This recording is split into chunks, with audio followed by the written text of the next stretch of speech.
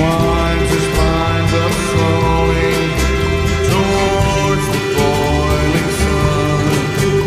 And when I touched her skin, my